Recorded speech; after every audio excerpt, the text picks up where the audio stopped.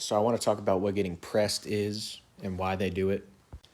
So basically, it's when a person gets in your face trying to make you fear that you're going to be assaulted. They might actually be touching you, and they're screaming at you, and it's nonsensical, and they're following you.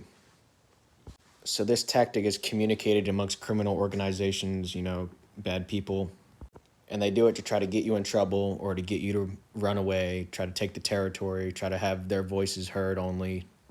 They call it bait. So you see it in the riots, you see it out in public, people are being assaulted. The purpose of it is to put the person in danger of physical harm. So when the person that's pressing purposefully puts the other person in fear of physical harm, they put themselves in the position to do so, with the intent to put them in fear. They've assaulted that person. So at this point, you've already been assaulted. They're in your face screaming and stuff. What you do is you push them away. You don't let them stay there because they could hurt you. You have to push them away. And sometimes they do hurt you. So you stand your ground, you push them away, you try to create distance, but don't let it escalate any more physically than you just pushing them away, because they're going to try to get you in legal trouble. They're going to make false accusations. There are a lot of evil people. There are a lot of evil people around that will back up their false accusations. Also in law enforcement, there are a lot of evil people in law enforcement that will try to protect the people that exhibit this behavior because they exhibit it themselves. So make sure you get things on video. Make sure you call the cops as soon as the argument starts. And don't let it get any more physical than, just you pushing them away, standing your ground, backing away.